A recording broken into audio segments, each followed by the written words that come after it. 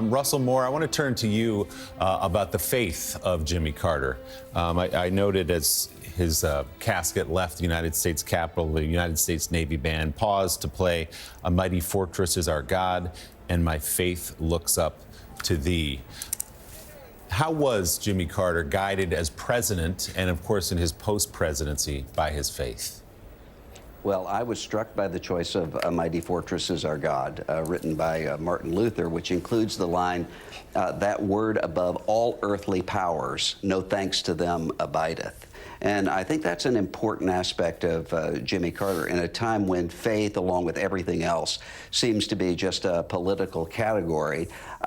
He really demonstrated a trust in grace, not some sort of political righteousness before God. So I think people who agreed with him and disagreed with him on politics could see a kind of faith-shaped integrity that is commendable and admirable. I mean, if we think about in 1976 how stunning it was to secular America when Jimmy Carter would say, "I've had lust in my heart," which sounded bizarre to evangelical Christians, to those who grew up like Carter did in Baptist churches. That doesn't sound unusual at all. He's simply quoting Jesus Christ, saying the exact opposite of what many people interpreted. He was saying, "I'm not going to judge other people because I am a sinner, and I'm coming before God simply with grace." And I think that's the key message here right now. I think Jimmy Carter, at the end of his life,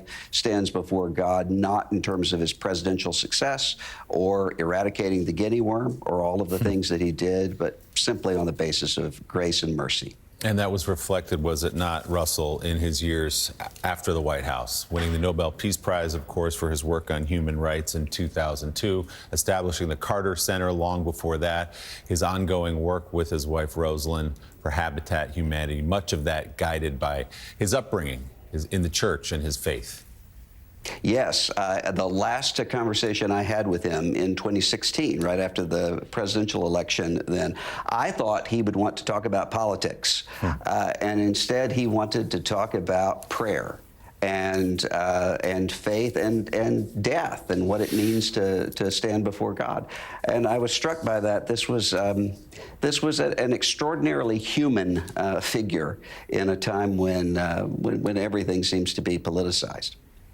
Russell Moore, great to have your insights on this morning as we remember Jimmy Carter, a man you knew and prayed with many times. We appreciate you being here today.